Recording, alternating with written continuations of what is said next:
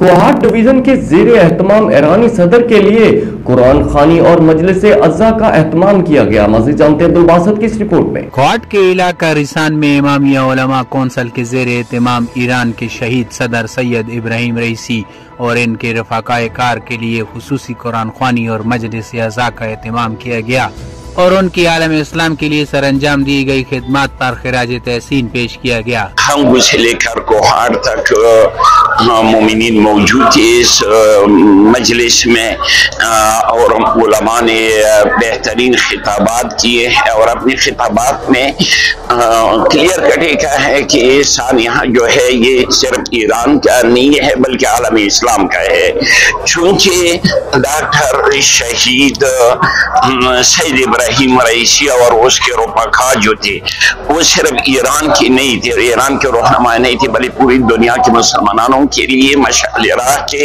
اور انشاءاللہ شہادت سے ہمارے حوصلے کبھی بھی پست نہیں ہوں گے۔